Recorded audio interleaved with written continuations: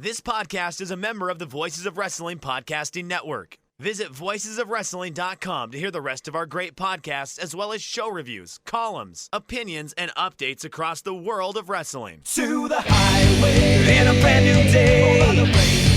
Gotta let it go.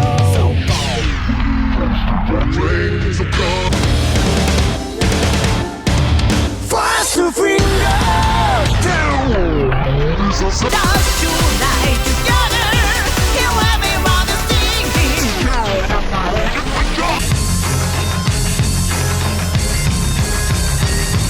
你看到我就怕，头皮发麻，我的手。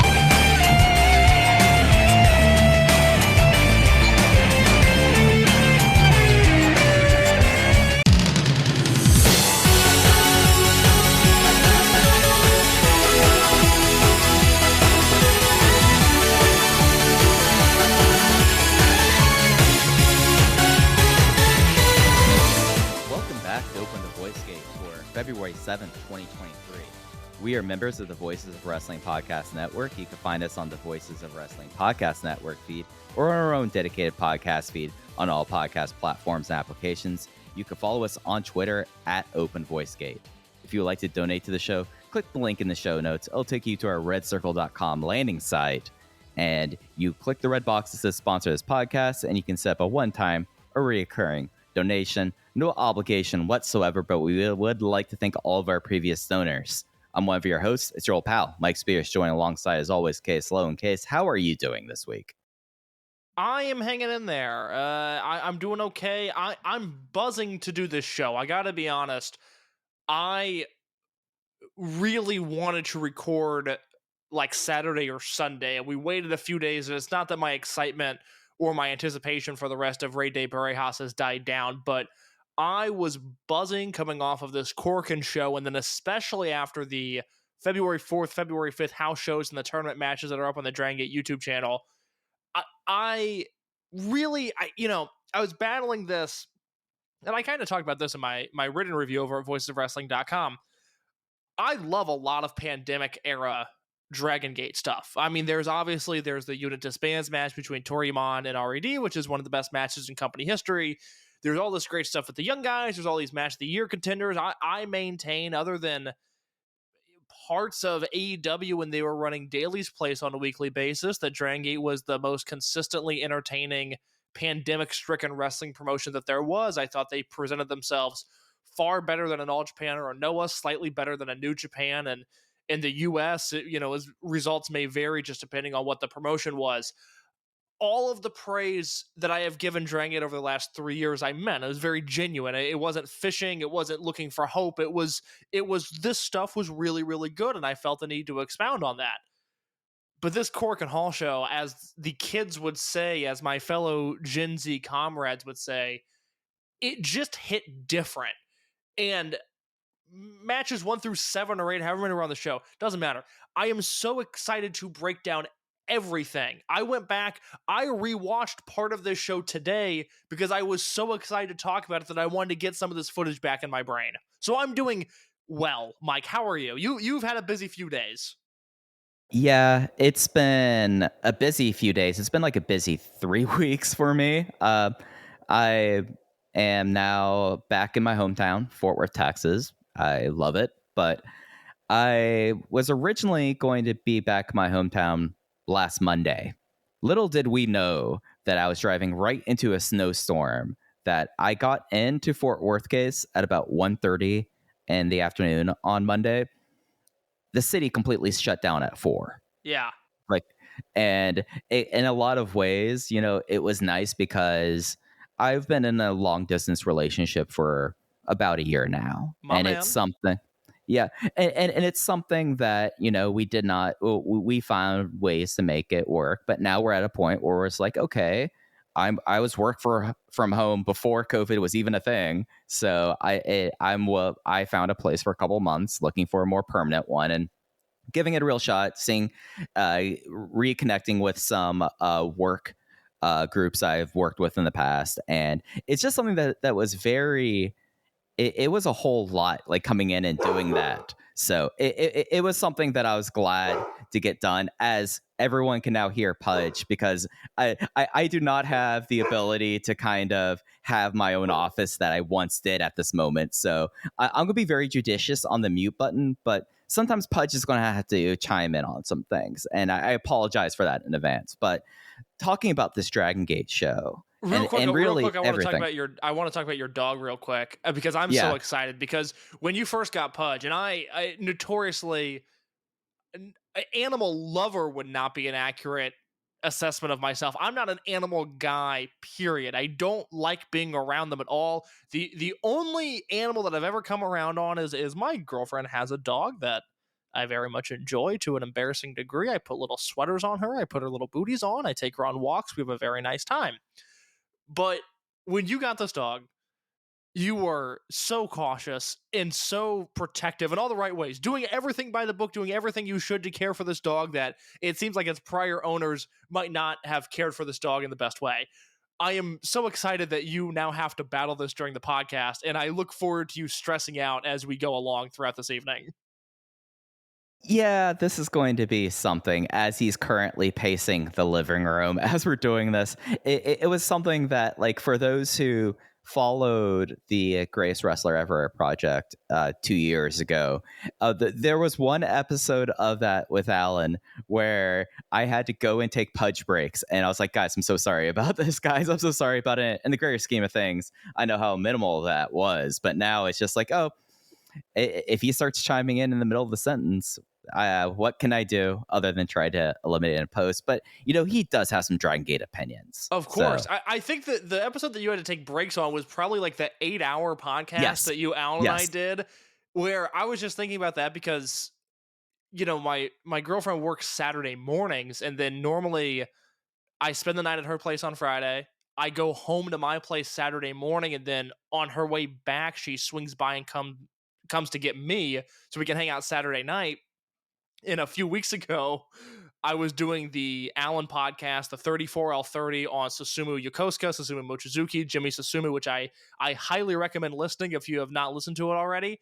And she asked me, she's like, well, do you need me to pick you up when I'm on the way back from work? And I'm like, no, baby, I'm doing an Allen podcast today. I'm going to be a while. And she goes, I don't know what that means. And I said, well, you see, every few months, this man from Ireland, Alan Forel, and I sit down and we talk. And boy, did we talk. I think we did 3 hours on Susumu, which was a daunting task because, there are episodes of that show where they're talking about Terry Funk, or they're talking about Kenta, or they're talking about all of these wrestlers that, for lack of a better term, I know this is normally a condescending word, but I'll use it as a positive here, wrestlers that have a lot of lore.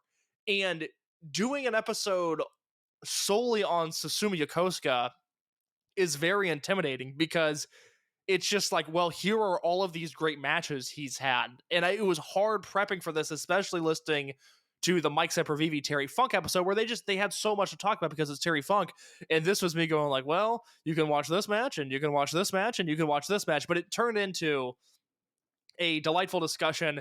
We got really sidetracked on the history of PWG at one point and where we thought their apex was. So if you have not listened to that, I highly recommend doing so after you listen to this because we've got a lot to talk about. Yeah, we've got a lot to talk about. This week, we're going to be talking basically all about Rey de Parejas. Of course, Case mentioned the Korakuen Hall show on February 3rd. The first winter's over. The COVID winter is over. The first full capacity, no rules, just right, Korakuen of Dragongate in 3 years. And we'll be talking about as well their stops on the tour. They had one on the 4th in Shizuoka. And in case they went to the biggest wrestling hotbed in the world, Gifu, Japan, on February 5th. Yeah, so let's talk about this Korakuen show real quick. Let's talk about the attendance. Ended up doing 1,198 fans, 2 fans shy of 1,200 for this show. Off the bat, Mike, what are your thoughts on that number? I am very mad that Thursday night I didn't call my shot because I was thinking 1,200. It just made all the sense in the world to me because you're out of the January where Dragon Gate's always the last major company to run Korakuen. So, spending money, at the end of the month, things get a little bit lighter. Now they were towards the front. Yamadoi coming back, that's always going to be a thing. And other than it being like a tournament show, 1200 in Cork, and given what everyone else is doing in the post January lull, I think that's a massive positive, given how things were typical for Dragongate in January and being not very good in Korakuen. Yeah, for reference, the February 2nd Freedoms Korakuen Hall show, that did 410 fans, and the February 5th Pro Wrestling Noah Korakuen Hall show did 825, and that was with a GHC national title match between El Hijo del Dr. Wagner Jr. and Manabu Soya in the main event. Also, the Pro Wrestling Noah debut of Daga on that show. The Dragongate number, I want to contextualize for just a second. We have banged the drum probably harder than any other outlet that I can think of that covers Japanese wrestling on, hey, this industry is depleted. This industry is suffering. There's a reason outside of the fun and the memey nature of it that we're seeing the Lek Corporation pop up everywhere. The wrestling industry in Japan is really hurting. And like I said, we've banged that drum a bit harder than anybody. So 1,200 fans here, just to put into perspective, because I don't want the narrative to shift to, oh, the horror. Oh, Dragongate used to sell out Korakuen Hall, only 1,200 fans. What's going on here?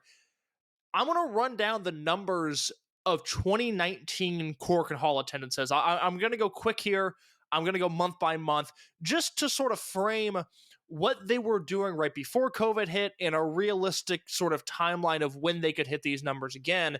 January 2019, they do 1615, February 1789, March 1699, April 1825, May 1666, June 1638, July 1770, August 1611, September 1610, October 1603, November 1585, December 4th, 1545, and December 18th, 1615.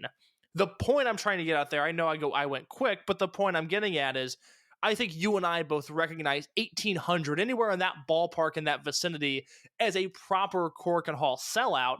And if you look at what they did in 2019, they hit that 1,825 number in April.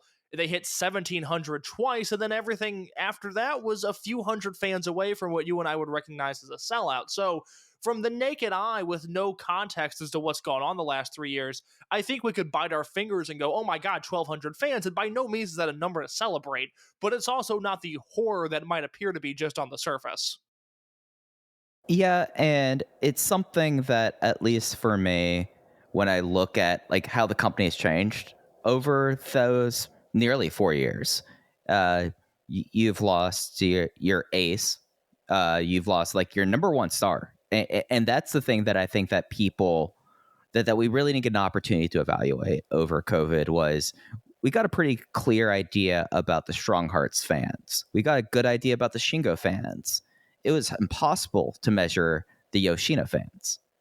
So it's something that, I mean, this is a new promotion in a lot of ways. And I feel like that this Cork in a lot of ways embodied it, if only because, Case, I know when I watched the show, the first thing I said to you right after was, Case, did you notice a difference in the calls for the younger roster members and the older ones? You could see that the generation shift that we've been talking about for the last year and a half has not only just taken, it has blown up when you listen to the reactions to Yoshioka, Kato, and others. And that was a huge takeaway for me from this show. Oh God, I mean, it's one thing. Look, if the D-Courage wrestlers, if Daya, Yoshioka, and Kikuta aren't your thing from an in-ring perspective, I will certainly disagree with you, but I'm not going to argue on it, because there are plenty of wrestlers in Japan, big-time stars, that I, quite frankly, just I don't get on the level that other people do, whether it's Kiyomiya or at times Miyahara, certainly Tetsuya Naito, Great Okan. I mean, there are guys that are massively popular that I just, I shoulder shrug in the same way that people might for the D-Courage guys, but there's no argument at this point that Dragongate not going full steam ahead with them last year was a poor decision. It has been such a breath of fresh air for me from an in-ring perspective, but then also at the box office, it's exactly what they've needed. I do want to back up just a step, just because I'm looking at this card now, and I want to know if you remember this. I was going through the 2019 attendances. April 10th, 2019, 1,825 fans, the most attended Korakuen of 2019 for Dragongate. This was in the midst of the Dragongate 20th anniversary series. Do you remember what the main event of that show was? So this was pretty deep in it, because I remember the first one was Kondo showing up for Mochizuki's 25th anniversary match. Yep. Then we got the bicycle. That was not when we had the Florida Brothers. The Florida Brothers were not main eventing when they brought them back. No. Was this Saigon Iso? Yes. The highest attended Korakuen Hall of Dragongate 2019, Kagetora, Kai, UT, Yamato, and Yosuke Santa Maria versus Shogo Jet Takagi, Shuji Kondo, Takuya Sugawara, Toru Washi, and Brother Yashi. That just blew my mind when I read that. The Awashi haters are in the dirt right now. Oh, God. Toru Washi's booked on a Dragongate show. I can't enjoy it. It's not the company that I once watched that he wrestled in. It's, oh, my God, I don't know what this is. But it's something that this has always been a company that, for newer fans, I mean, everyone's podcast could be their first. Dragongate, almost all the fandom is derived from when they started following the promotion. And that's why I said the tenor was so different, that you could tell that it was younger fans cheering for him. Whereas when Toru Owashi comes up and Takuya Sugawara, case, those fans have not been around for years. And so some might argue that the Takuya Sugawara fans never existed to begin with. Hey, you put some respect on the former Fire Festival champion's name. Man, do I have to? Yeah, it's funny. By no means am I a Takuya Sugawara fan, but I certainly do not hate him the way that you do. It's really, your hatred for him is unbridled. I just look at him with his dumb purple pants and their bell bottoms and his gut, and I just don't need it anymore. He's no longer the handsome prince. Get out of here. Mori's gone. You're gone too. Let's talk about this Korakuen Hall show, February 3rd. I think normally a big show like this, we'd start at the main event and go back, but I want to go through this show in order. I have a lot to say on just about everything. Yeah, let's do. They opened it up with a opening ceremony, which was very unique because they usually do these kind of things, but they give the microphone, like when they started the year, when they had the opening address, it was Yuki Yoshioka giving the address, as you would expect. This time they give it to Kaito Nagano, who gave a big soccer promo, which was tremendous. And that when there was some missing, there were some people not there. Benkei was doing a festival in Kobe that day and showed up like 10 minutes before bell time, apparently, and was not ready for that. But soon after that, we went right into the opener. This was an unaffiliated versus Z-Brats match. It was Shuji Kondo, Takashi Yoshida, and Eita versus the Open Dream Gate champion Shun Skywalker, Kai, and Diamante. The most brutal knee salt ever was the finish. Shun just straight up did a backflip, landed on his shins right on Takashi Yoshida's rotund belly, and just sat there for 3 seconds to win this match. I thought that this was really fun with a very abrupt, brutal finish, guys. Badass finish. I mean, I try to be a little bit more of a wordsmith than that normally, but I wrote in my review, the only way I could describe this was badass. I mean, this was the thing that would give the Stone Cold Steve Austin thumbs up. Oh, that's badass, brother. It was just a really, really cool finish. But for as good as Shun was, and for as entertaining as Diamante is, and for as strong as Kai has been, the only name to discuss in this match is the name of Eita, and just how ungodly over he was in this building. We talked about the new generation taking over, how they seem to be leading the charge in merchandise, and now that the crowd can cheer again, we hear a ton of calls for, Kato and Kikuta and such. But oh my God, we all kind of forgot how big of a deal Eita still is. My exact note for this is Eita is sickeningly over. Sickening. It's sickening. It's one of those deals where it really hits you in the face here. And I've spent many years on this podcast complaining about Eita, coming up with ideas for Eita, for what he could do differently. this, that, the other thing. I have been a huge supporter of him fucking around with Peros because I think that's good for him to exercise that muscle, and especially when it happens outside of Dragongate, I don't have an issue with it at all. But this was a slap in the face and a real come to Jesus moment of this year, you're back, you're firing on all cylinders, you're trying to get people in the building and you're trying to get people to cheer. I don't know what the situation is between Eita and Dragongate. I don't really think there is a situation. I just think it's the schedule that Eita desires, and that's what he's choosing to do.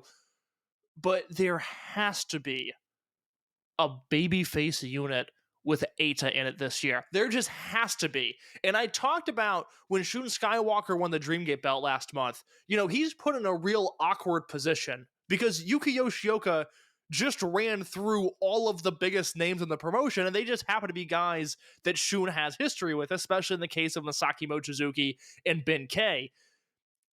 That Shun versus Eita Kobe World match, that was November 2020. It was the much delayed Kobe World Show. That did a really respectable number for 2020 Japanese attendance. And it just feels like at some point, there's two Shun matches that I think are an absolute necessity in this reign, one of which we'll talk about later. But doesn't it just feel like they'd be leaving money on the table not to do Eita versus Shun, even though Eita just challenged for the Dreamgate belt? I think it's something that who knows how long Eita is going to be in this role and this overness and his position, that you should take advantage of it as much as possible, frankly. Because you look at this case and it's just, he never got that run that we thought he deserved. He never really got that. And how can you kind of make up for that? Why just let him have another title shot? I mean, it's not going to hurt him long term. How he's as made of a man as you can be in this promotion. So, and it's something that you could have the nice fun play of, okay, when Shu won the belt, he was Technico. Now Eita's kind of tweener, but Shun sure as hell is not a Technico anymore. And you don't have to talk. You don't have to lay down things for me to want to see an Eita title match after the one he had against Yoshioka last year. Okay, so you don't need to try to sell me on that. I'm already there. I still think, and I say this, certainly it comes out of the fantasy booking part of my brain, but I think there's legit money and a realistic possibility of some sort of Eita, SB Kento, Takuma Fujiwara. You want to throw in UT, sure. You want to turn Diamante face, maybe. But basically, the Lucha Libre equivalent of the Mochizuki Dojo, I think is something that should be explored and kicked around the room at the very least, because there's money in Eita as a babyface. I mean, Jay's come on the show and talked about it before of, if a company needs help selling a t-shirt, what do? They have Eita take a photo in it. Next day it sells out. And this, for all of the weirdness of the last 3 years, with Eita in particular, he wins the Dreamgate belt August of 2020, loses it a few months later. Doesn't really feel like he has that reign that he was going to get had there not been a pandemic. Leads RED in 2021, but there's all this youth coming in, gets kicked out, RED turns into Z-Brats, and then right when we think there's a possibility of an Eita Yosuke Santa Maria babyface unit, he goes and brings Peros into Dragongate, and obviously it wasn't, anything that you or I desired. Now, I think the Peros work in Dragongate was far better than anywhere else. I mean, there's a legitimate 4-star Peros versus Natural Vibes Triangle Gate match, but I digress. But this is the year where it's like, okay, Eita had his fun last year, but for him to fuck around for 12 months in between Dragongate and Noah, and then to come onto this show and to have this level of star reaction, now is where we got to buckle down a little bit. We got to be serious. We got to have Eita return focus. Masaki Mochizuki spent 2020 and 2021 having his big matches in pro wrestling. No, and he was a real background figure in Dragongate. 2022, M3K is formed. Masaki Mochizuki's back in the fold. We're all better off for it. This is the year I want to see that from Eita. And I think, as you were saying, this idea of a new generation of millennials is the best way to do it. Like come on, some people got pulled from something last week, Case. So yes, makes sense. I was gonna bring this up on the podcast as a big scoop, but that dastardly Cubs fan, it's like he's real connected to the Lucha Libre scene or something. He was the one to point out that by all accounts on his end, SB Kento and Takuma Fujiwara were done in Mexico as of January 31st. Their names were on posters for shows in February, but they did not show up. Huh. You know, kind of interesting. And we'll see about that. I mean, there's enough that February is kind of a weird month for Dragongate, but I think like everyone should kind of keep their eyes open from now on. Completely. And really, other than that, for this opener, it just was a really fun opener. It was nice to hear the crowd back. It was insane hearing how over Eita was. But then we got into match 2, Jackie Funky Kamei versus Kaito Nagano. Jackie Kamei won with a Jackie knife coming out of...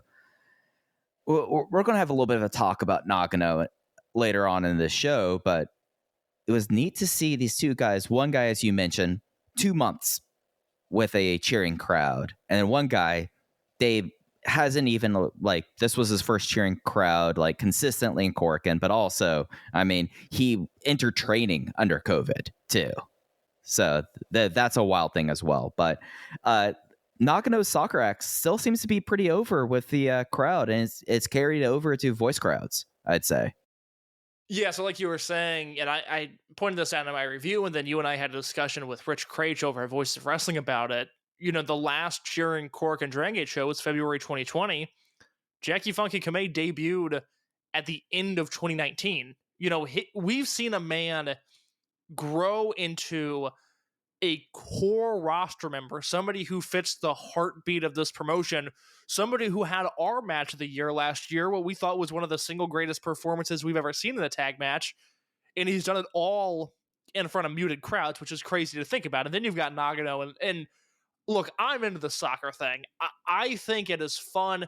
It is a nice change of pace after the future class of Fujiwara and Ishin, and even if you want to throw in Riki Ihashi there. And that group of guys, you know, all they did was lose for the longest time. They lost and they lost and they lost. Takuma Fujiwara's never won a match in Japan. To have this second iteration of future kids come in, and with Mochizuki Jr., he obviously has success very early on, as in his first match. And then with Kato and Nagano getting wins in the early stages of their career, it's nice. I certainly wouldn't want to see Yoshiki Kato straddle with a soccer gimmick, but in the case of Nagano, I think this does more good than harm at this point. I think this is fun. I think the theme song is something that the crowd will get into now that they can make noise. And despite issues with the finish, which we can get to in a second, he's still a damn good wrestler. I mean, the gimmick I don't think is taken away from his in-ring at all, and his in-ring is where he's gonna make his mark. Yeah, and as I said when he debuted, it's going to be an uphill climb, sadly, because of his size. Luckily, he's in the one promotion that your size is never a negative. It's just there's a little bit of a ceiling about that. And much rather see him being a soccer enthusiast than being Benkei Sito. You know, like at the end of the day, like there's routes they could have gone with this. And, you know, for where he's at, the crowd is biting on the soccer gimmick. Of course, his brother, a J-League player, and this coming off of Japan in the World Cup. Like, it's one of those things you could tell whose mind's behind it, and would not be surprised if Nagano, given the opportunity, is going to be in Mexico real soon with Ultimo doing that, because it makes a whole lot of sense for him. Like, I think this still has a good bit of runway for him. And then, you know, it's not like that they have had issues transferring people away from these kind of gimmicks before. Like it's not like that Ryo Saito rode a bicycle for 20 years. So it'll be okay. It'll be okay. I hadn't even thought about the idea of this gimmick happening in Mexico. That's a gold mine. He is. This gimmick will travel, I think. I think this gimmick could be big, especially I know that they're kind of capitalizing on the Samurai Blue with his gear a little bit. Samurai Blue case is one of the nicknames for the Japanese men's national team. I assumed it was some anime bullshit, so thank you for explaining that. Hey, that's what I'm here for. But do you think the soccer gimmick, okay, let's say, you know, you're in the Von Erich territory. You're running World Class 2.0, which is just a money mark indie fed, no different than a Prestige or a Defy. Except we're running the stockyards. Do you think the Nagano gimmick? I'm going to ask you, to somebody with a vested interest in Dragongate. I think the Nagano gimmick would get over in America. I think you and I can both agree on that. Maybe you don't, but I think we're on the same page there. Do you think it would do more harm than good for Dragongate seeing that gimmick in America?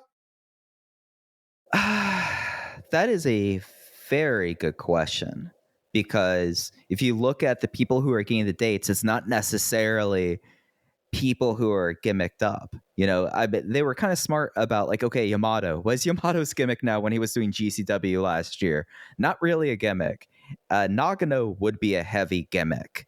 But I think if I were running World Class 2.0 in the stockyards, we're running at Billy Bob's, one of the things about this area is that you do have such a strong lucha base that I don't think that it hurts if I were to run World Class 3.0. But I could see in other places, maybe, but it's interesting because it would be the one person going on tour having a complete character gimmick. It's not like La Estrella had a character either. No, La Estrella's character he's not Mexican, but people think he is. That's what his touring character. It's like I said a few weeks ago, as fucked up as it sounds, La Estrella is the next incarnation of what WWE has been trying to replace Rey Mysterio with for 15 years now. We can have a Estrella discussion at some point. We had a very interesting conversation with somebody over the weekend about La Estrella and his future and just what his goals in America are. I think I don't wish NXT on anybody. His best case scenario is NXT. Yeah, you know, sometimes it's best for some people to go strike out on their own. And I think, but it's, you know, it's what we come back to. Nagano ate his lunch in Japan. There's no need for La Estrella when Kaito Nagano is his size and doing cooler, crisper moves. That's what it comes down to. I asked the question about Nagano, even though we're a few years removed from the day and the dads and the full-on meme wrestler explosion of the US indie scene. I mean, it's still there, but it's not like it once was. I worry if that would do damage to Dragongate, but then there's also the cynical side of me that says, no, that might unfortunately bring more eyeballs to it than, you know, just a good wrestling match. The one thing I would say is that it's not like he's doing a lot of soccer influenced moves other than him going for the penalty kick. And then he added the Pele kick to his offense, which when I saw him do that, he did this in the match against Jackie here at Korakuen Hall. He does the Pele kick into that Super Frankensteiner he's been doing. And when he went for the kick, I was like, oh, brilliant. What, like, not to go full, you know, ringer writer talking about the Bloodline storyline, but just like, oh, soccer gimmick does the Pele kick. That's pro wrestling right there. Like, that's such good stuff. And, you know, he has that Spaceman taupe. That's almost like doing a header. Yes, yeah. I think he's handling it really well in terms of owning the gimmick but not being too goofy. I don't have any notes on it right now. I like where he's at. I like his progression. The only thing is, this is the second time I've seen him botch this flash pin that he's trying to do to end his matches. Jackie Funky Kamei was able to counter into the Jackie knife here, and they were able to save themselves a little bit. The other time he messed this up was the first win of his career, that December Kobe Sambo Hall show. So, you know, he doesn't have any issues flying through the air. He can do these big twisting, you know, Hurricane Ranas and Super Frankensteiners and stuff like that. Seeing him mess up this flash pin twice makes me go, okay, something new. We've seen this. It's not going to work. Time for something new. And Dragongate, the margin of error is so slim that I'm over him trying this. I want to see him develop something new to finish his matches. Yeah, and it's something, not to get ahead of ourselves, that the Gifu match, I wonder if it's something less this move and maybe the flying and all that. He can handle that kind of stuff, but maybe on the mat slow down a little, maybe. Because I feel like that might be the issue, and I know that's how insane that is, me saying that from a Dragongate fan standpoint, but it does kind of feel like sometimes that his mind might be a little bit faster than his body. Completely. And that's, that's gonna something that the more he wrestles, the older he gets, that'll slow down. But right now it's clear that that's not there. He has so many weapons at his disposal. He does so many things so well, but that is a glaring omission from, the finished product that will be.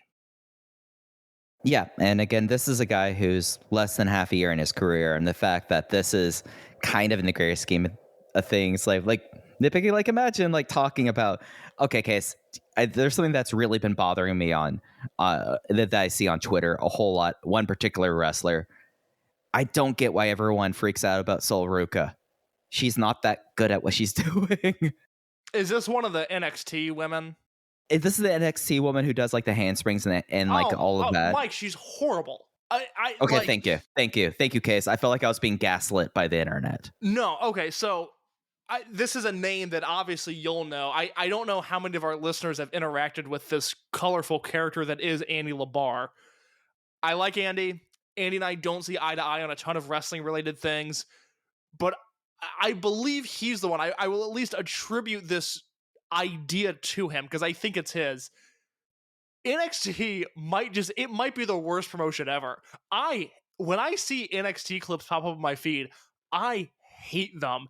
And I hate whoever, I don't know what her name is, but these fucking slow motion cartwheels that she's doing, this Lucha Day One, like she's doing more to harm Lucha culture than Mike Quackenbush ever did. And that's saying a lot because this man took a lot of ideas and gave very little credit. I hate seeing this woman on my feed because everything she does, I think, looks like shit. And it goes back to the genesis of what I always say. You put a basic Dragongate 6-man tag match on Monday Night Raw or Friday Night SmackDown, or even on some episodes of Dynamite, it would blow people's brains off. They wouldn't know what to do with themselves if they saw the precision and the quickness and the level of talent that is just baseline. Your average Dragongate wrestler, your Yasushi Kanda, if you will, is so much better than anybody that has ever come out of the Performance Center. And I don't say that in a territorial way. I'm saying it in it's just a fact. These performances, oh my god, these performance center wrestlers. And by the way, I still don't know who the fuck Grayson Wallen is. Waller. I guess he headlined a show this week. Could not pick him out of a lineup. I don't know who this man is. I just see Denise Salcedo going, oh my god, Grayson Waller, and it drives me nuts. There is not a wrestler in NXT not named Roderick Strong, who I guess doesn't even wrestle there anymore. I don't know what the deal is with him. Everyone else there, I hate. It is my least favorite thing, and I watch zero of it. I just see it once a week while we're recording on my feed, and it drives me nuts. It's just one of those things that, like, I haven't recorded anything for 2 weeks, so I've had a lot of thoughts build up, Case. So that was one of the ones I had. Let's talk about precision. Let's talk about young talent, really showing out next, Case. Jason Lee versus Yoshiki Kato. Jason Lee won with the Lee wings. Yoshiki Kato, welcome to the Notebook. This was an amazing match. I adored this case. Like, this is something where this guy who, for a while, you could tell how like unrefined he is. You get him in the ring of Jason Lee. Jason, who is becoming a body guy, by the way, looks great. Jason Lee is ginormous. It rules. It's so good. And then we have that along with Kato, who basically gets worked as a jungle gym for 12 minutes. Case, this was my favorite non-tournament match on this show. Oh, absolutely. I mean, I went 3 3/4 on this, and I've talked to a few people now that have gone Notebook on it, which by all means go crazy. I'm not going to argue with you there because it was so good, and it was a rare instance where we really got to see Jason Lee demonstrate how great, not good, but great of a pro wrestler he is. And it's, it's a recurring theme. I talk about it a lot. I still, I'll keep saying it until I think he gets the recognition that he deserves. But instead of, him hanging with a Naruki Doi or a Yamato, or him and KZ having this great, finishing stretch, whatever it is, to see him in the veterans role here, guiding Kato step by step to far and away the best match of his young career. And it's not like Kato was lost out there. I mean, it takes two to tango, and he was right there with Jason, the entire time. But the headlines will feature Yoshiki Kato, but I would be doing an injustice here if I didn't mention just how good Jason Lee was as the veteran here. He's the new knockout kid with those elbows he throws. That's crazy. So, this match, it's this battle of technique versus power. It's, dummy jock wrestler, raw strength Yoshiki Kato, and technical master Jason Lee. And Jason works over his arm, from the moment the moment the bell rings, and he gets him in the Kimura lock, the Lee's wings, which great job by Jay and Ho Ho establishing very early on. And it's one of those things that I knew, but I don't know if even some frequent Dragongate viewers realize that is a move that is considered a finisher for him, is this Kimura lock. He doesn't use it often, but when he does, it's used effectively. He gets it in once. Kimura breaks out, powers him into the corner. They have this great sequence afterwards. And then second time around, he locks him in. And when Kato goes to escape, Jason Lee just blasts him with these 3 forearms across the face, these knockout blows. And that was certainly a new sign of Jason Lee. And it just made the match that much better. In the same way that Nagano versus Kamei was good but disappointing because of the finish, this was great and made even better because of the finish. Yeah, it's something that this really got a lot of things over, and it shows how tough Kato is. The fact that Kato was going for the modified bloodfall and the Cobra Clutch torture rack on Jason Lee is about, when we're talking about tier systems in Dragongate, he was not getting this move onto people of Jason's tier yet. And then Jason just... I keep on thinking about Excalibur whenever he talked about Chris Hero. Like, his name's Chris Hero and he throws elbows. This is Jason Lee, and he just punches you in the face and then breaks your arm. It was magical. I adore this so much. This is a match that I will remember for the remainder of the year. This might be an early Vanity match of the year. I think if I were in the Dragongate dojo, I would just be force-feeding Yoshiki Kato Suwa tapes, because he's the closest Dragongate has had to a Suwa since his departure. I remember when Madoka Kikuta came into the company, you and I were going, who is this guy? What's his comp? What's he like? I was able to attach SB Kento to Yamato, and Kamei certainly had, the smaller guys like a Dragon Kid. We were able to find comps there. Kikuta took us a minute before kind of landing on like a Susumu Shingo hybrid.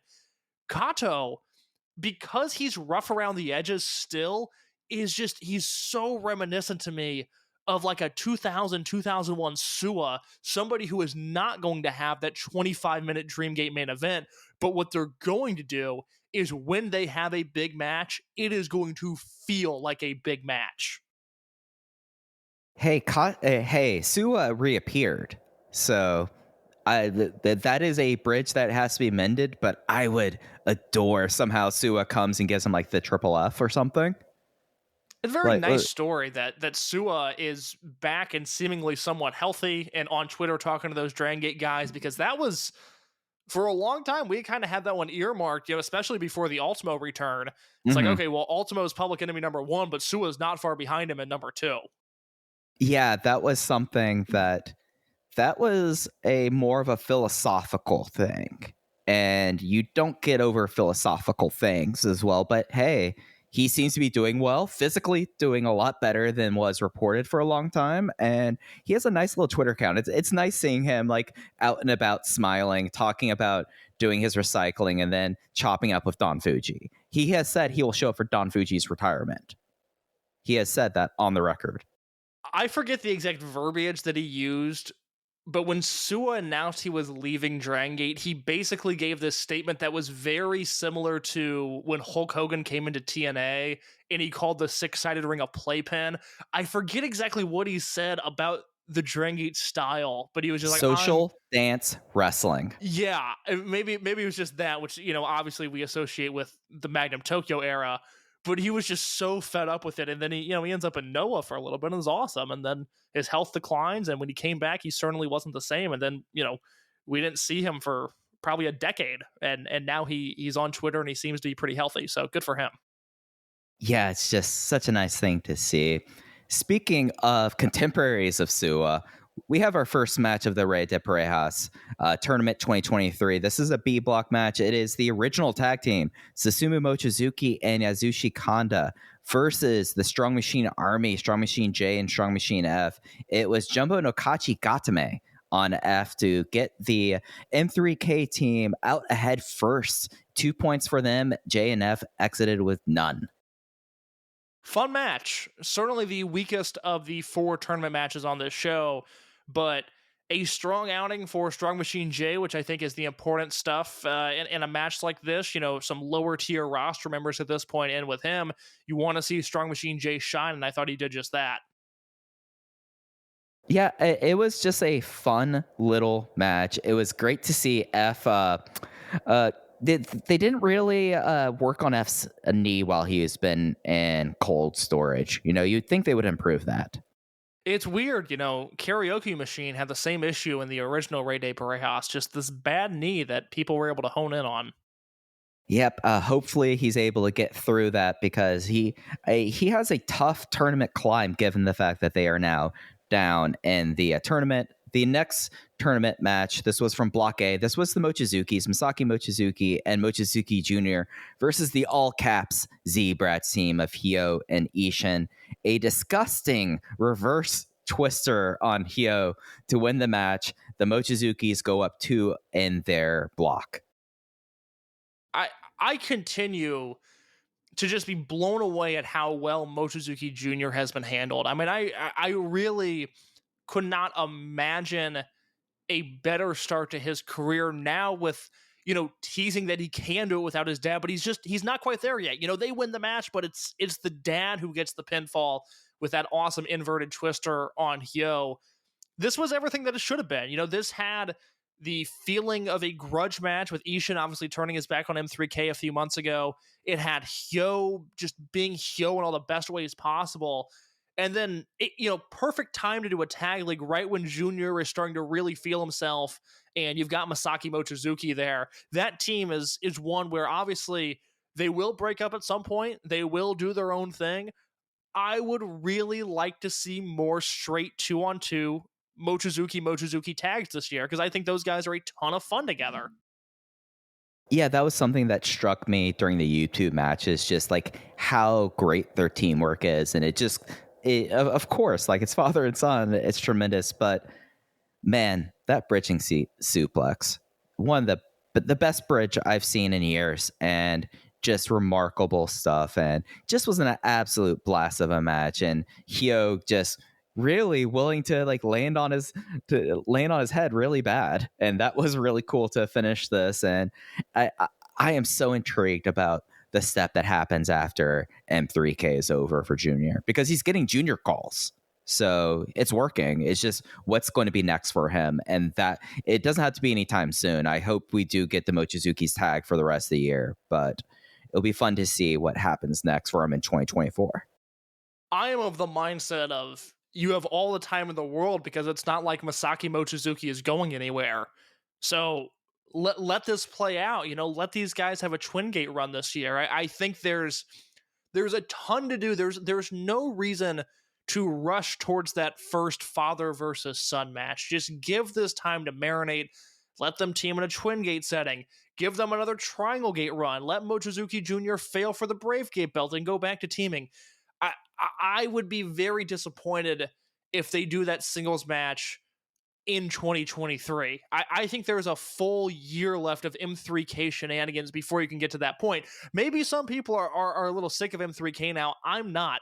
I love this act, even with the de-emphasized Susumu, even with Kanda being there. I mean, Kanda's been super inoffensive and at times quite pleasant in this unit, but it's built around Masaki and Junior.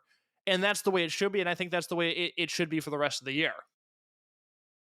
I meant to ask you this earlier, Case, but when we talk about a replacement level Dragon Gate wrestler, is that Yasushi Kanda? Yes. I can't. I mean, he's below average on this roster, but he's an average wrestler everywhere else. Is it Kanda? Is it Kagetora?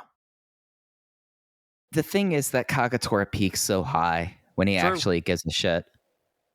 Kanda is just kind of consistently fine at this point. Yeah, that's okay. There you go. So DG War, your 0 is Kanda. That's actually no, your 2 would be Kanda because that means that you are a starter on the roster, I guess. I don't know. I've been out of sabermetrics for years now. If you're doing an expansion draft, Yasushi Kanda will not be one of the players you protect. You can scoop him up. No, he's not even getting put on the 40 man before the roll 5 man. No, you know? Yeah, absolutely.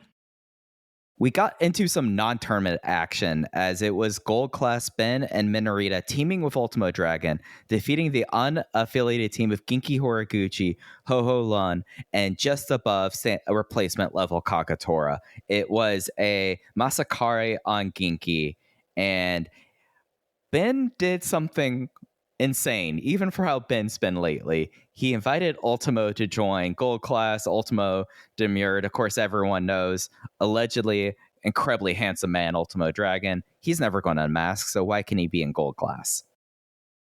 This was phenomenal stuff. I mean, the match was nothing but Ben K proving to be a charisma machine, proving to be a winner, and in a way, I think getting that Ultimo rub here, which we can debate on how much that means, if it means anything, but a very fun segment that's worth watching. If for some reason you're listening to this, but you don't watch the English commentary, go back and watch this segment with the English commentary.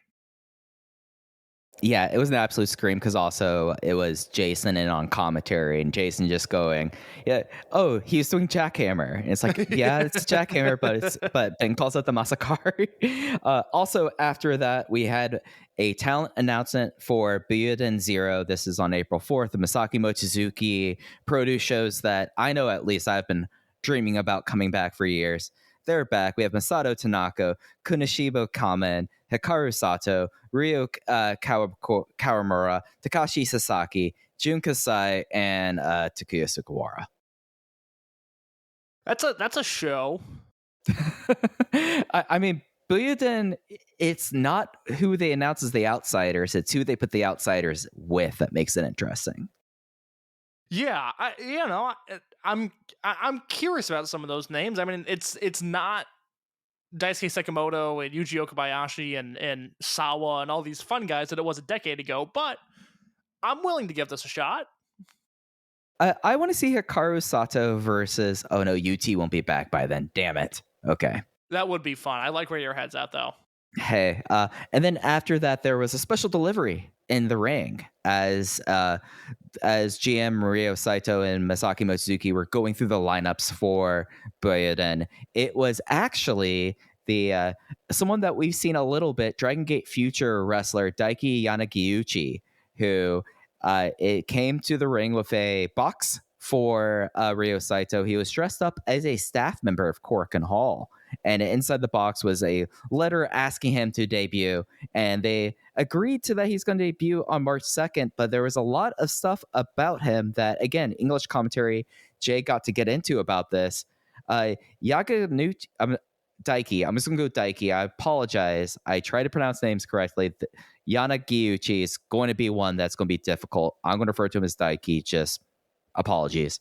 Former Korakuen Hall part-time staff employee who did the Dragongate protest, failed it, stayed as a staff member, got back in as future, and now he's debuting in the same arena that he worked in.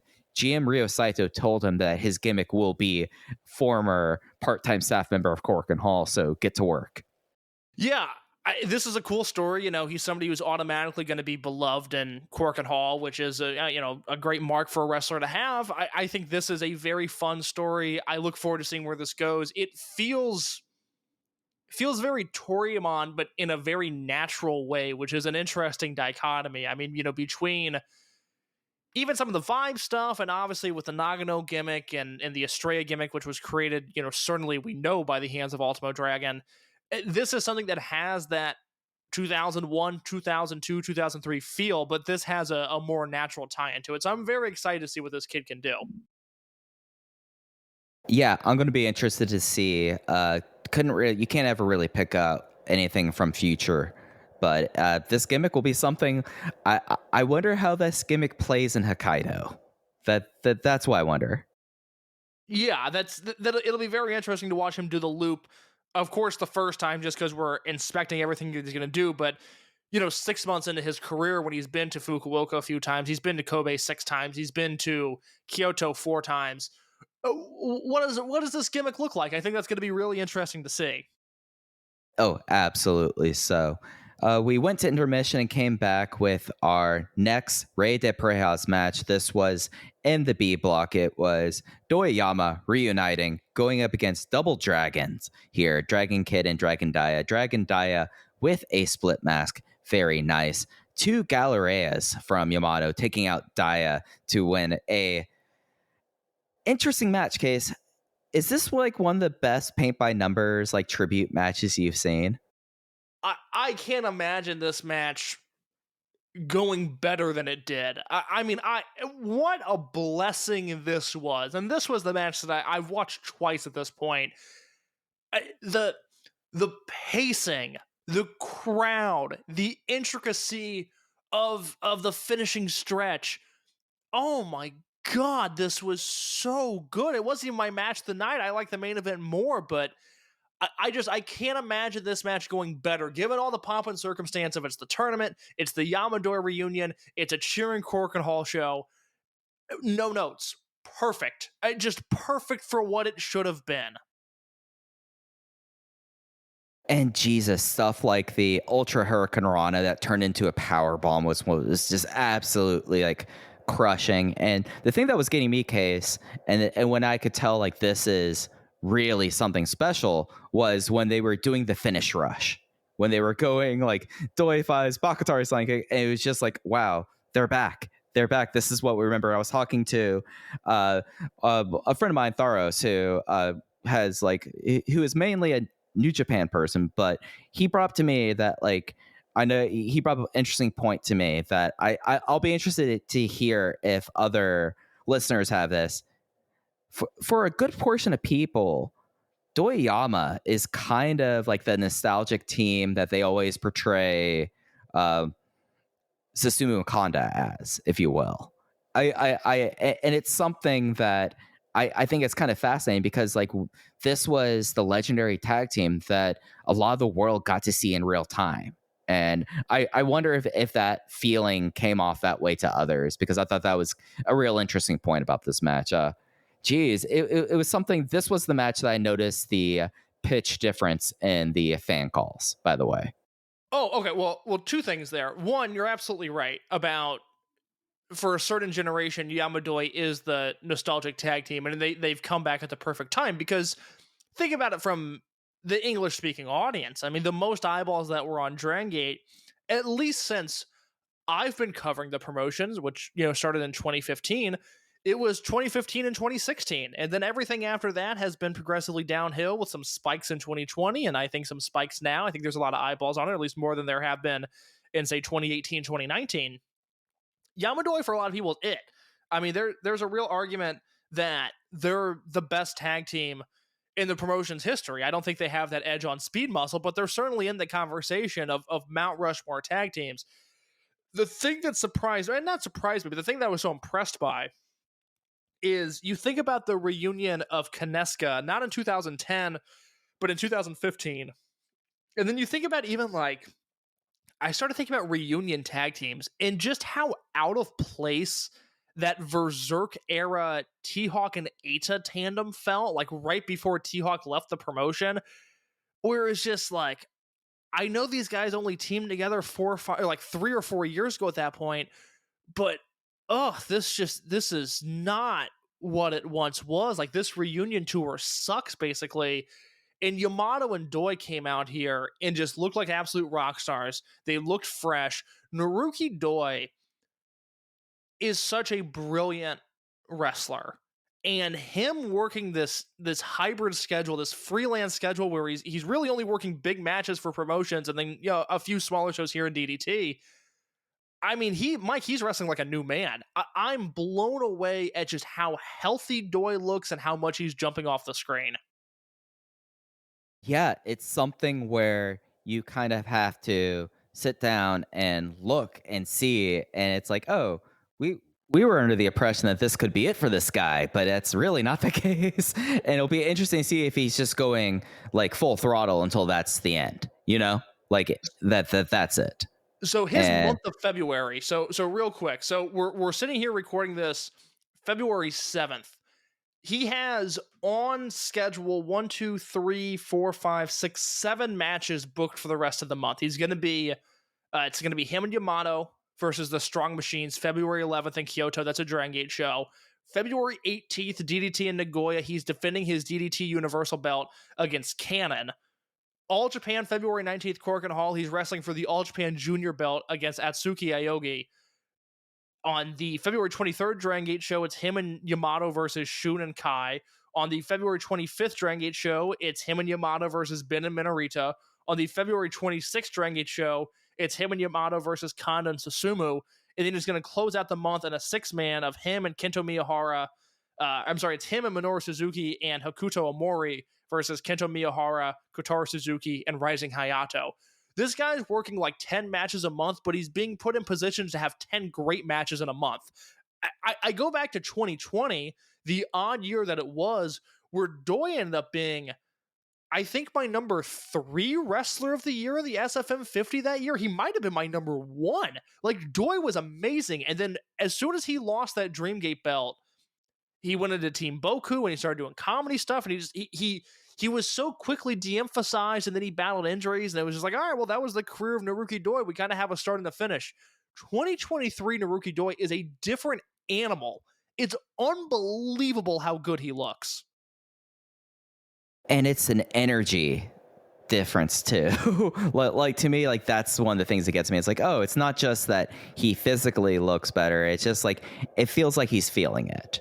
And if it's something that's like, hey, I'm going freelance, I want to have the matches I have while I can, hey, go ahead and do it. I think that it's worked out, and it's provided him more life on and a promotion where it's felt like more and more that he was getting towards the end of the line. So it's something I've enjoyed. And then to your point on the crowd calls on this match, I'm so thankful this match had a cheering crowd just for the simple moment. And I saw it being passed around on Twitter today, which was nice to see. There's the moment early on, Dragon Dai is seated in the corner, Yamato stands over him. I would say 98% of Dragongate matches, or at least Yamato matches since 2010, that is a scenario in which the crowd is going to start cheering and chanting for Yamato, and instead they cheer for Dai. And I'm sure the plan all along was for Yamato and Doi to work a little bit more heelish, for the Dragons to work as the baby faces. But the way Yamato slows down and looks at the crowd and milks this spot, it goes to show, I will say, when he wants to be, because at times he is a very frustrating wrestler, goes to show when he wants to be just how brilliant Yamato is. And it's an odd poll to have, but it's a match that always stuck with me. 2014 G1 Climax. It's one of the first shows of the tournament. Might be the first show of the tournament. They do Tanahashi versus Hanma. And this is the year that Hanma replaced Ibushi in the tournament. This is this is what made Tomoaki Hanma's career for a certain generation of fans, myself included, was this run where he loses all of these matches, but he's in them until the very end. And they lock up early on. Tanahashi pushes him against the ropes, and they're not cheering for Tanahashi, they're cheering for Hanma. And it's that in itself is a great moment, but Tanahashi is smart enough to feed into that, into work heel, and this multi-time world champion, the face of the company, he revels in this moment where the crowd gets behind Hanma instead of him. And although Dragon Dai is far more established in the context of current Dragon Gate than Hanma was then in New Japan, it's this great moment where Yamato just lets this sink in, the fact that they are objectively cheering for Dragon Dai louder than he is, and he goes with it, and it's great. And it just gives this match a little bit more spice, a little bit more flavor, so that all of the big moves down the finishing stretch, they were going to hit regardless, but they really, really hit based off just that little moment early in the match. It's something that's been so much fun to see. And I'm intrigued by this. Did you think that this could be it for the Yamadoi run in a way? Like, are they just going to do this one tournament? Maybe they win, they do the tag match, they do Champion Gate, and that's it? I don't know what else you do with them, because Yamato's made it clear that he doesn't have an interest in being in a unit right now. I mean, I would expect them to kind of run this throughout the year, do some Yamato and Doi versus young guy matches, do some Yamato, Doi, and Kondo six-mans.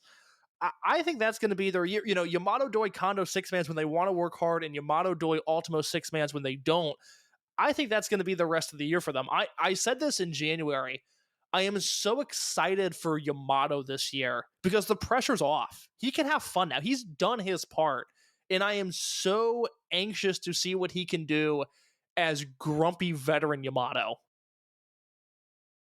That's always the best one he is when he's grumpy. So it'll be really cool to see. Yeah, I am not opposed to maybe a Kondo DoiYAMA Triangle Gate run if they decide to do so. I think they'll challenge at the very least. I don't know if they'll win, but I certainly think that will be a challenge this year. No, I'm with that. Our main event for the Korakuen Hall Rey de Parejas show was a Block A match. It was the gold class team of BB Hulk and Kota Minoura versus the D Courage team of Madoka Kikuta and Yuki Yoshioka. 20-minute time limit draw. What can be said? I mean, I don't know. We haven't talked about the show, as I just said about 10,000 words there at once. We haven't talked about the show. What was your star rating for the Yama Doi match, and what was it for this match? So I liked Yama Doi a good bit more. I went 4.5 for Yama Doi, and I was 4 flat for the main event. It's something where Hulk is fine, and he doesn't detract from these things, but it's Hulk at this point for me. And at least like my personal preference at this point is not a 20-minute time limit draw for Hulk, even though a lot of this was about Kota Minoura. But the Shingo has not worn off of Madoka Kikuta. If only it has grown into something very beautiful to see.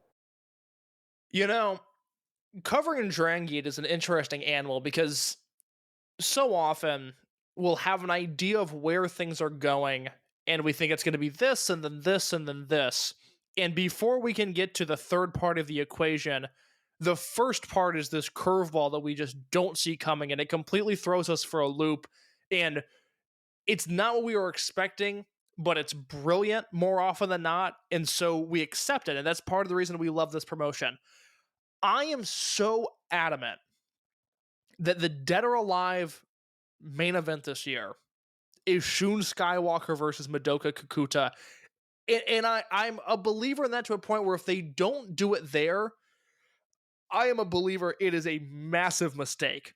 Because Skywalker is a brilliant heel champion. I don't need to go on my Skywalker thing this week. And Madoka Kikuta, Mike, to me, most over guy on the show. Anybody in contention with him?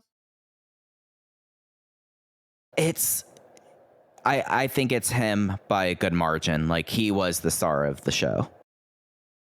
He was so good in this match. He's in there with Yoshioka and with Minoura, and he came across like the biggest star of them all. You have to do him versus Skywalker Dead or Alive this year. And if this is your first Dragongate show, maybe this is your first time listening, maybe you don't remember, the reason I'm so adamant they do it there, May 2021, Kikuta's a year into his wrestling career at this point.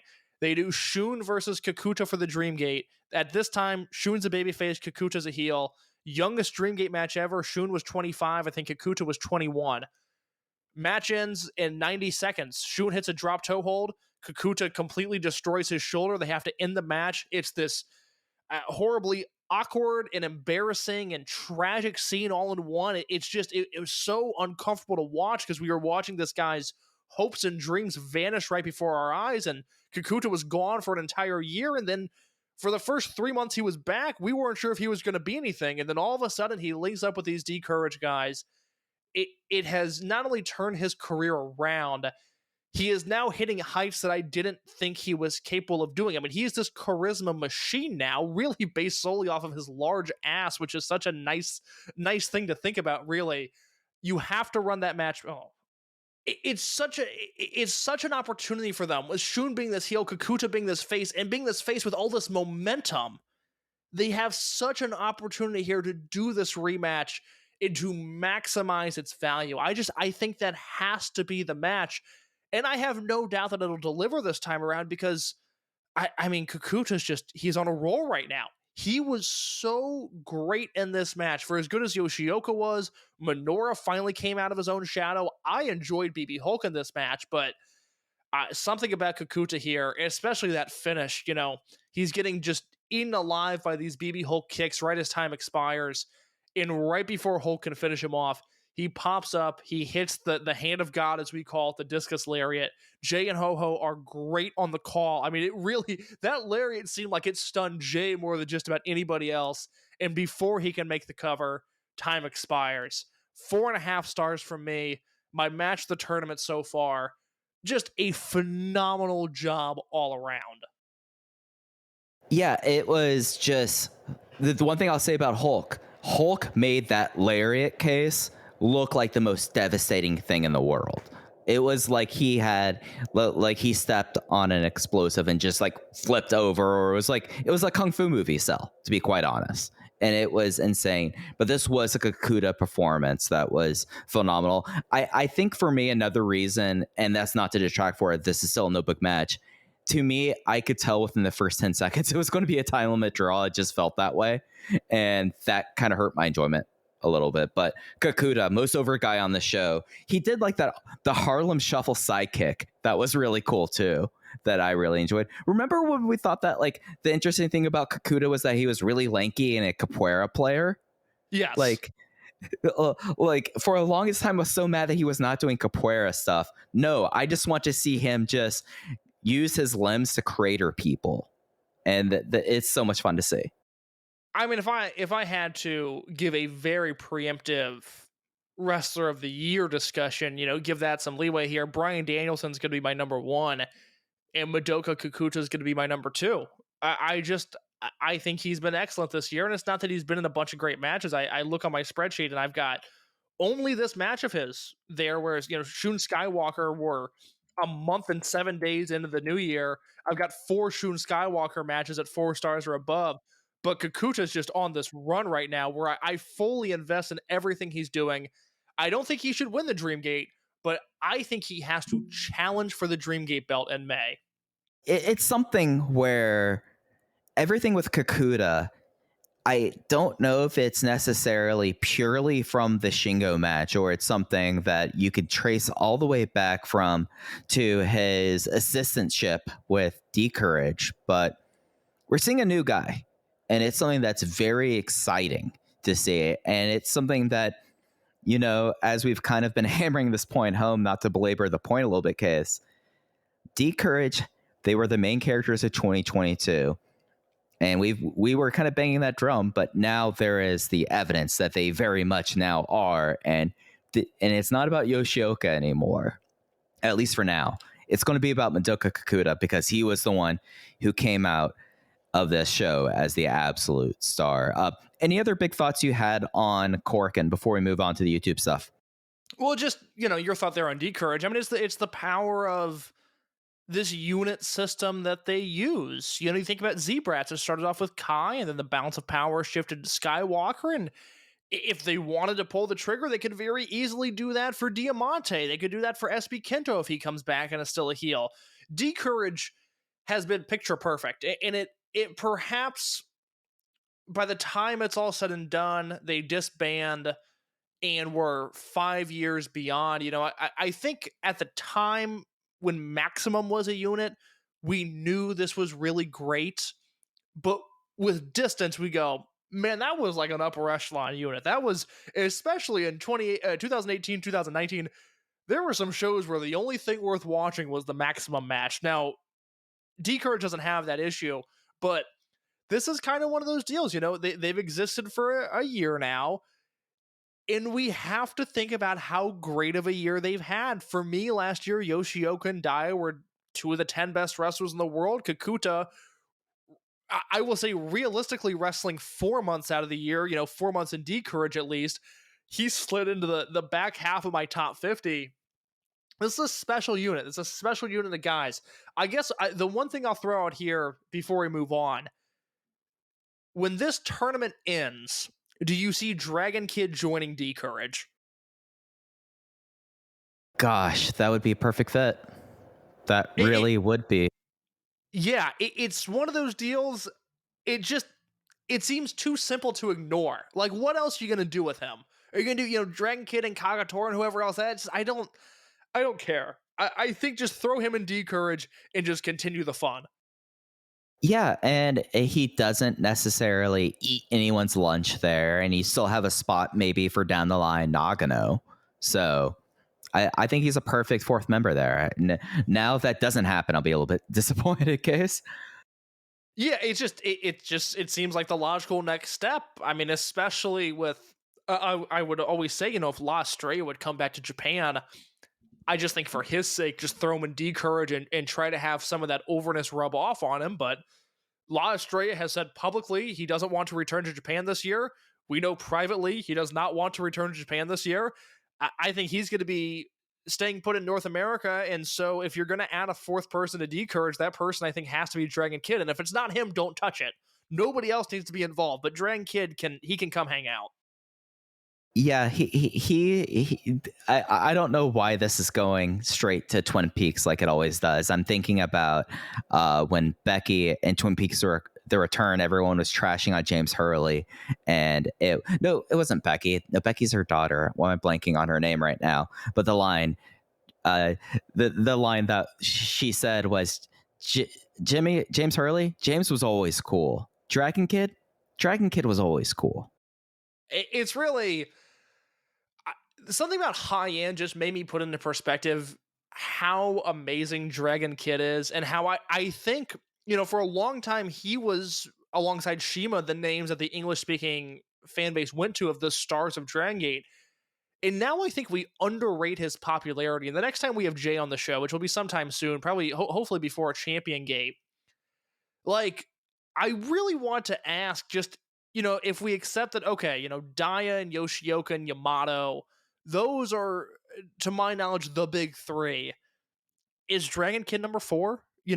This is a guy who has been there forever. He's always been popular.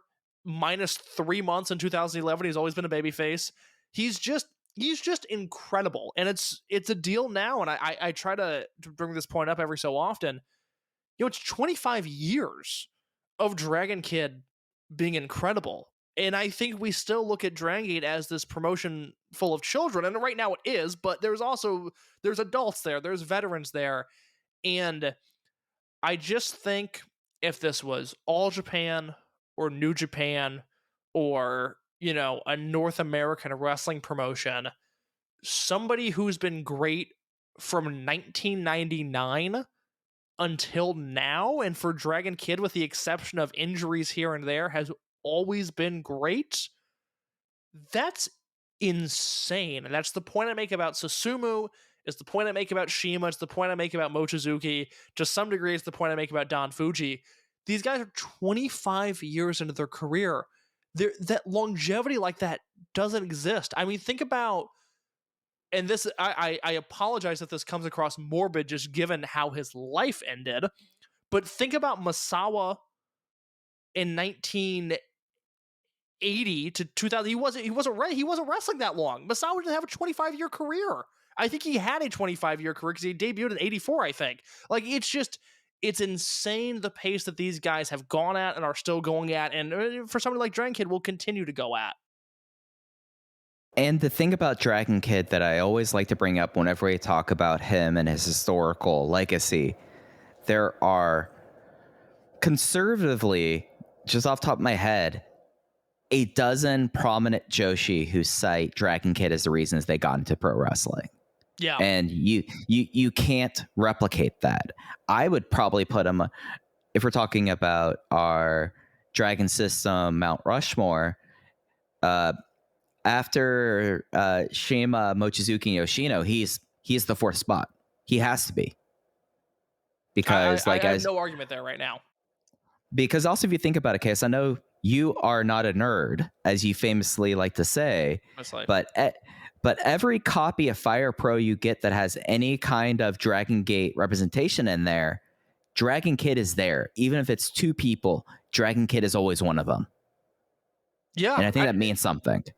it's an incredible legacy. Again, he's one of those guys, because he's wrestling in Dragon Gate, he'll never get the credit he deserves. We didn't talk about, because the news broke last week, he's going to be the Dragon Gate representative on the All-Star Junior Festival show, or at least as of now is the only one announced. It's not the direction that you or I would have gone. I think you or I would have sided towards youth, but you can't go wrong with Dragon Kid in that spot. And that will probably be one of those deals where I'll get annoyed, because Dragon Kid will have a spot on that show that'll get gifted and put on Reddit, and the Puro Twitter guy that is boys with Kota Ibushi will go, "Oh my god, look at Dragon Kid still going." All of these people will react to it in the same way that they do Ultimo when he does his comeback spots in Noah, and I'll be annoyed for the day and go, "Why are these people listening to my podcast?" But it's it's the deal with Dragon Kid. He's amazing, and I think people know it, but I think people forget about it. Yeah, no, and just to touch on, I guess, kind of like my response about him being announced. Again, whenever you have Dragon System people, he is always mentioned. And if you are not going to be highlighting in a prominent role where they are able to benefit from it, let Dragon Kid do his thing. Just let him do it. Let the dude cook. He'll do a Bermuda Triangle. He'll pop a Bible and send everyone home happy. Let him cook. 2 notes on that. One, I also, and this is pure speculation, I want to throw the warning sign out there. Pure speculation, but seemingly a politically neutral candidate from Dragon Gate, given that there's GLEAT representation on the show too. Is that a fair assessment? Oh, absolutely. Yeah, no, he is the person I would go with that, Yeah, look, GLEAT sending Lindemann, which is very safe. They're not sending Kaito Ishida. And Dragon Kid, it wouldn't shock me if one day I open Instagram and he's hanging out with Shima and T-Hawk, and then the next day he's hanging out with Yamato and President Kido. Oh, absolutely not. Yeah, no, I mean, he is in character the most annoying person in the world, but he's annoying. They don't hate him. That was, I've said this on the show before, but it was really fun last year when Dragon Kid popped up in Noah and Ultimo cut the promo where it's like, "No, I don't want to team with you. I can't stand you. You're so annoying." And somebody who I really like, somebody who knows a lot of Japanese wrestling, DM me, was like, "Yo, what happened? Like, what? How is nobody talking about this story where Ultimo hates Dragon Kid?" It's like, it's long running storyline. The other thing I got to mention, I mentioned it in my review, but I want to make sure I get it in audio, is Yamato goes for the Galleria on Dragon Kid, countered into a Bible. Later on in the match, Yamato goes for the Galleria on Dragon Daya, countered into the Bible. Small thing. I don't want to compare it to a Greek tragedy. I don't want to Phil Schneider this conversation up, but God, did I love that. Just what an enjoyable bit of sequencing there. Yeah, it's something. I am a sucker for a head scissors out of a situation. And I think that's why I get a little frustrated with Nagano's finishing sequence that he goes for. Yes, I think that's a fair assessment, because it's something that seems like it should be really cool, but I don't know what it looks like because he can't do it cleanly. No, I am totally with you on that. So that was Korakuen. It was on the 3rd. It'll be up on the network until the 10th. Case, you put it perfectly in your wrap up here.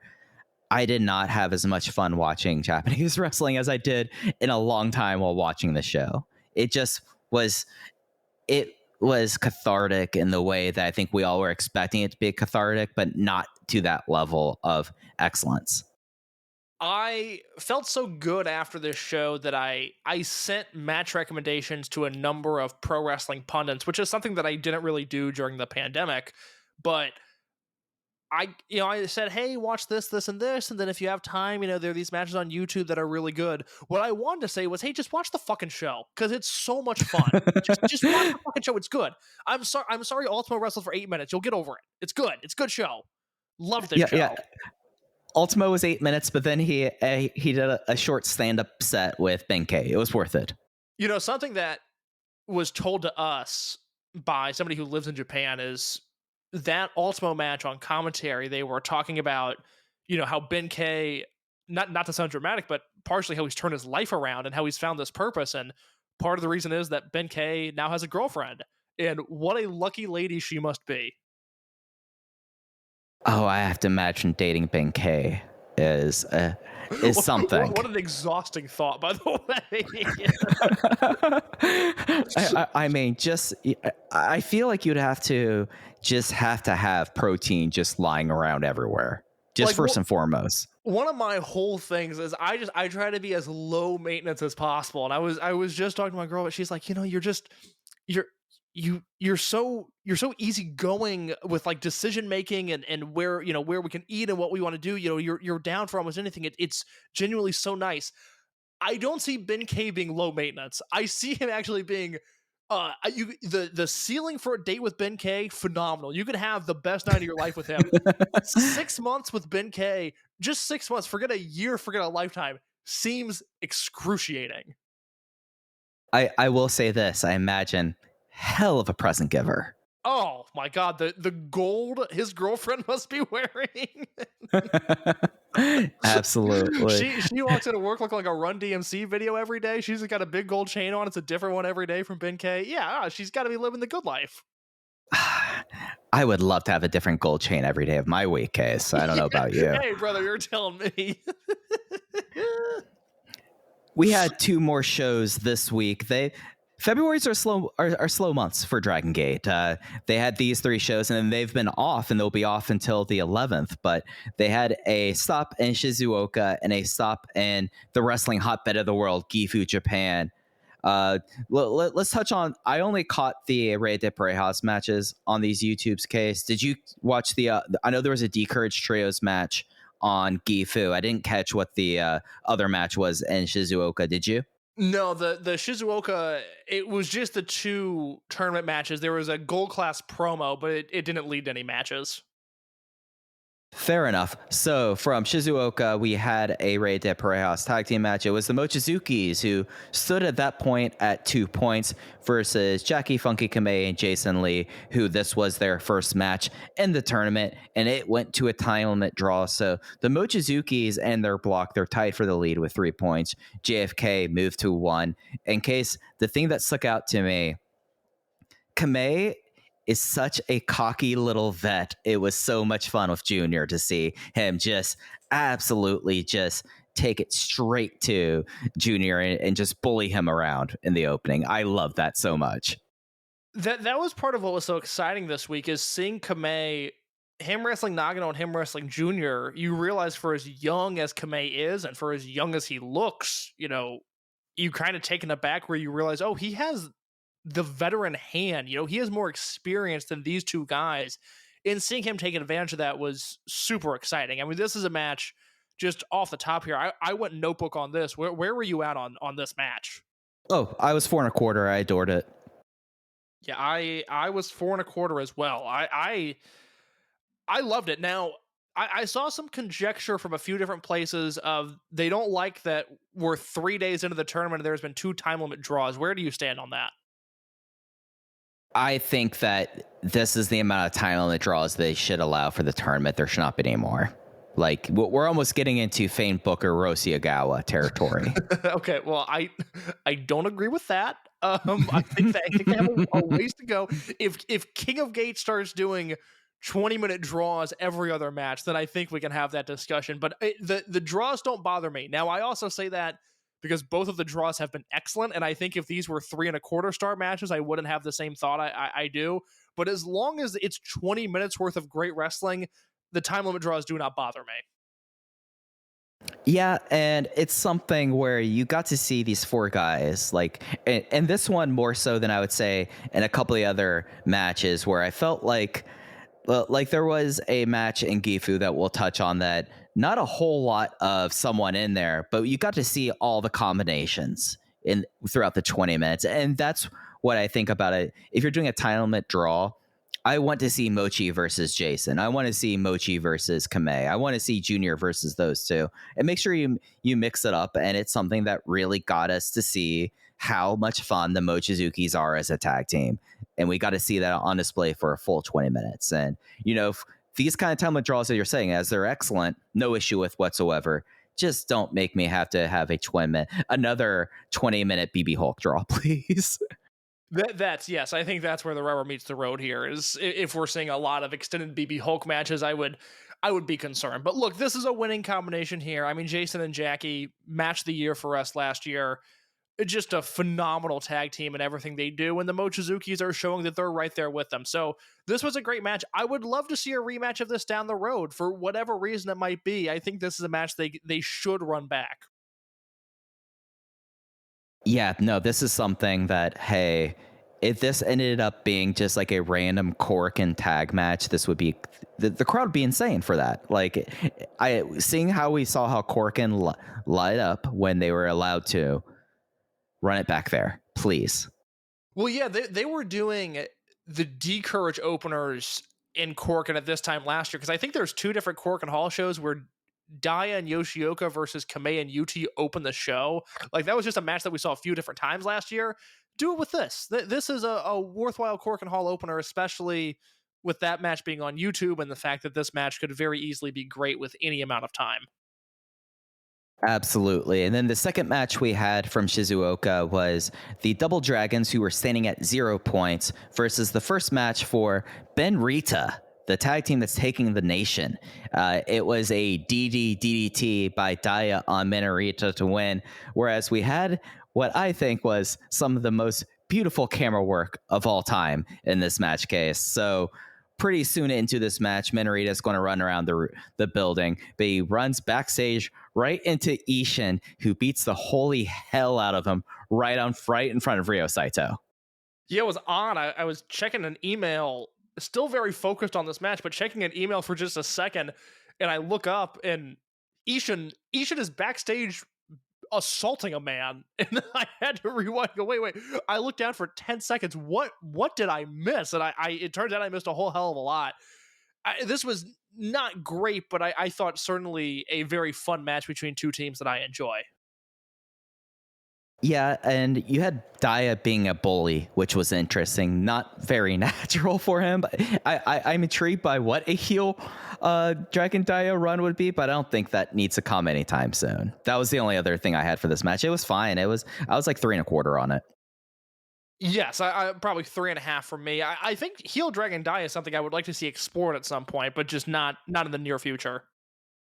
Yep, no, I'm with you on that. With the win, that brought the Double Dragons to 1-1, 2 points, and Ben Rita were at 0. The next day, they were in Gifu. And when I say it's Dragongate's pro wrestling hotbed case, they build this as 3 separate people's homecoming show, and leaving out the fact that Yuki Yoshioka is like from the next town over. Yeah, 3 different wrestlers here, 2 big stars and Problem Dragon. It's a nice little market for Dragongate. Hey, maybe we can get Gifu in on the loop, how we were wanting Nagoya 2 years ago. One of the people... I want Nagoya in the loop now.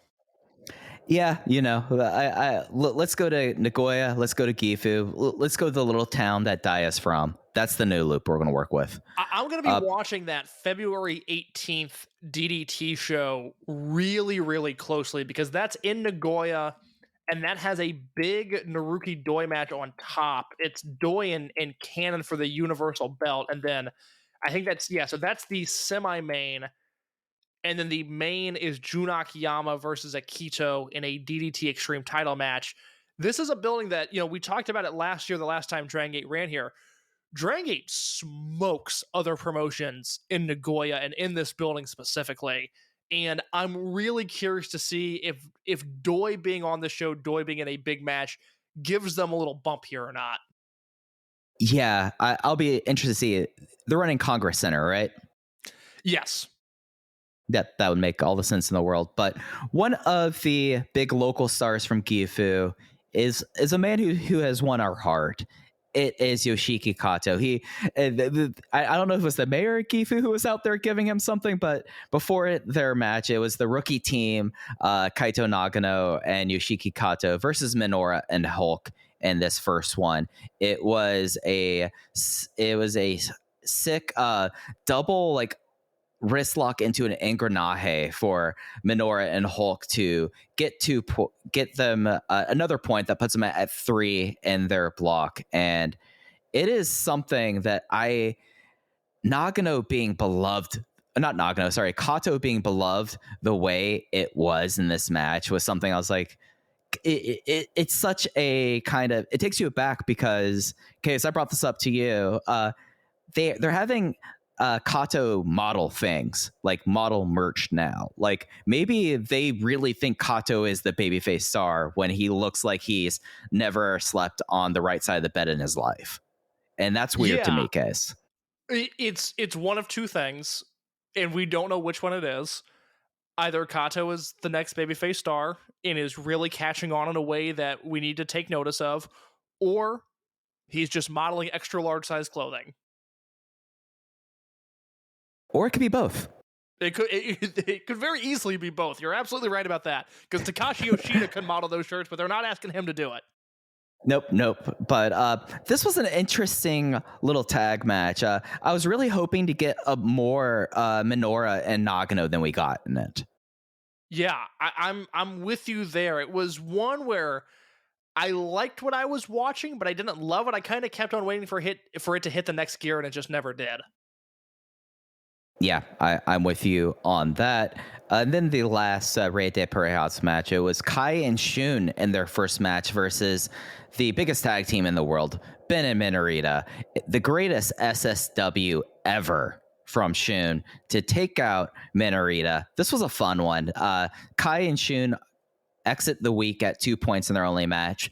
Ben and Minorita are 0-2, and that's going to be the storyline for them throughout this. But this was all about beating the living tar out of Minorita in this match. I went notebook on this as well. I thought this match kicked ass. I am so into this Kai and Shun team. I wondered privately if it was supposed to be Shun and Diamante, and then Diamante got hurt, and so they took him out of this tournament. I don't know if that happened or not. I'm glad we're getting Kai and Shun. This is a dominant heel team that I think is going to be really fun to watch as this tournament progresses. They obviously, I think the match that everybody should circle is, it's going to be a YouTube upload, not a network upload, but the Yamadoi versus Shun Kai match, February 23rd in Aichi. I have to set my expectation at 4 stars or higher for that match. That could be really something special just based on how good the first Yamadoi match was and how good this match was as well. Yeah, and it's something where Shunkai, just this great monster team, but you have to have a good person to beat the crap out of to be a monster team. And Minorita, starting off by trying to taunt Shun and that proving to be like the worst decision of his life. And it just was like the Shun finding new and dangerous ways to squish Minorita. Like I know we didn't get Diamante doing the sick like BT bomb to the outside this time, but we did get probably the best anti-air drop kick I've seen in years. Yes, yeah. There's just a lot to like here. The powerhouse heel team, then obviously Minorita doing what he does, which is get the shit kicked out of them. I went 4 1/4 here as well. I think coming away from the Korakuen show with 2 matches at 4 stars or higher, and then on each of the YouTube uploads, 1 match at 4 1/4 each. This tournament has delivered on my expectations already. It's just been so much fun, and I just want to throw one more rose at Shun for this finishing stretch. So the finish, Kai hit Ben with a chair. They got the referee distracted, and Minorita is just chewing out the referee, and he does not know that right behind him is Shun Skywalker, who immediately picks him up in the SSW, spins him around, and Minorita is screaming. He gets planted. 1, 2, 3, 5 stars. No notes for that finish. That's 2 fantastic, like 5-star level finishes for Shun in a week, with the knee salt on Yoshida and then the SSW here. It's just so much fun. Case, do you have the Kyoto card pulled up by chance? I can certainly get it if you want to fill 15 seconds. So, Case, one of my favorite things that I have had since I've been back into Texas, and we're going to get into this in a second, is I'm getting to rediscover some food and get to rediscover what I consider one of the best breakfasts in fast food, and that is the Whataburger taquito. And I know that you are a big Whataburger fan, and we're gonna play a game about this in a couple minutes. Can we table this for a week where we don't have a bunch of shit to talk about? This seems like it could fill a boy, we got a Fukuoka doubleheader and no good matches. That's where we'll do the fast food game, Mike. Yeah, we're going to do the fast food game there, but I've got the card pulled up if you want me to go through it. Spicy ketchup, I miss you so much. That's all I'll say. Spicy ketchup. We'll circle back to this in a few weeks. If you don't live in the South and you want spicy ketchup, Whataburger spicy ketchup on Amazon. I'm sure for our European listening audience, you've never had flavor like this before to blow your minds. It's not beans on toast, but it's the next best thing. I recommend it to anybody that hasn't had it. Much like I would recommend a few of these matches on this upcoming Dragongate show from Kyoto KBS Hall this Saturday. Yeah, this is the next time they're going to be up on the network. I've got the card pulled up here now, Case. I should have let you fill for 10 seconds instead of me. We have full gold class versus Z-Brats, Shun, Skywalker, Diamante returning, Hyo and Ishin. Singles match, Ryu Fuda versus Kai. Trios, D-Courage versus Genki, Eita, and Yoshida. Rey de Parejas, Kung Fu Masters versus the rookie team. Nosawa Rongai Dragongate final special 6-man tag team match. Ultimo Dragon, Dragon Kid, and Nosawa Rongai versus M3K, Susumu Mochizuki, Yasushi Kanda, and Mochizuki Jr. And then the main event. Oh boy, I'm here for this. Yamadoi versus the Strong Machine Army. That's a really interesting main event. And there's nothing else on this show that could take that spot because Jason and Jackie versus Nagano and Kato just isn't quite at that level. And, the semi-main is dedicated to Nozawa, which people are going to overreact to. But nevertheless, this would be a really interesting main event. I want your prediction here. Do the Strong Machines get on the board? Is this one where Strong Machine J catches, Doi or Yamato in a flash pin? Or does Yamadoi go up 2-0 in this tournament? I think at this point, looking at Block B right now, where everyone is at 2, with the exception of Ben Rita, who are going to lose all the way out, and it's going to set up a whole bunch of Brave Gate matches for Minorita. I think this is not where Strong Machine Army gets the win. I think Strong Machine Army plays spoiler to maybe Shunkai. That's a safe bet because if you go through this like we would a G1 tournament, you look at the final night of block play in Kobe, it's Minoru and Hulk versus Hyo and Ishin, which feels like something where Hyo and Ishin would spoil that. It's Yoshioka and Kikuta versus Mochizuki Jr. and Masaki Mochizuki, which could go one of two ways. That's an interesting match. And then you've got the Strong Machines versus Shun and Kai, which could very easily take out the Strong Machine, or you could take out Shun and Kai, and Yamadoi versus Susumu and Kanda, which again, that's a match that Yamadoi could lose. That night on Kobe could just be upset city. Yeah, it's something where I see B block. I think it's going to be Yamadoi being able to get the win there. Oh, wait. I think we have one more time limit draw, sadly. Now I'm looking at it because I don't think you're going to have Kai take a fall against Yamadoi. Yeah, I'm almost bummed that match is happening where it is. That just it seems like that should be the match in Kobe and do so figure out the B block there. But Yamato and Doi versus Shun and Kai, that should be in Kobe at the Art Center and not in Aichi at wherever the fuck. Yeah, it just feels a little weird with that.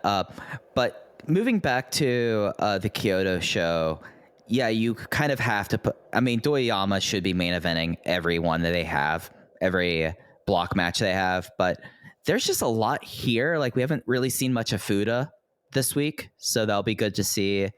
Diamante, of course, coming back, and I like that Nosawa's getting a farewell. I think that he's someone that he is not fully family, but he's been around the promotion and the people around the promotion for the better part of 20 years. You kind of, it's worth it to do that for him, Yeah, it doesn't bother me. I think you're taking yourself or your hatred of Nozawa too seriously if it does. It's a one-off retirement match. against largely inconsequential wrestlers. And unless, look, if he pile drives Mochizuki Jr. in the middle of the ring and pins him, I will come on here next week and I will be fired up about it. But I don't see that happening. So I'm going to live with it. If anything, I think Junior might pin him and we'll be on our way. So doesn't bother me at all. I think this is a pretty fun card. I mean, minus the Decourage 6-man, which is just against nobody. I'm into every match on this show.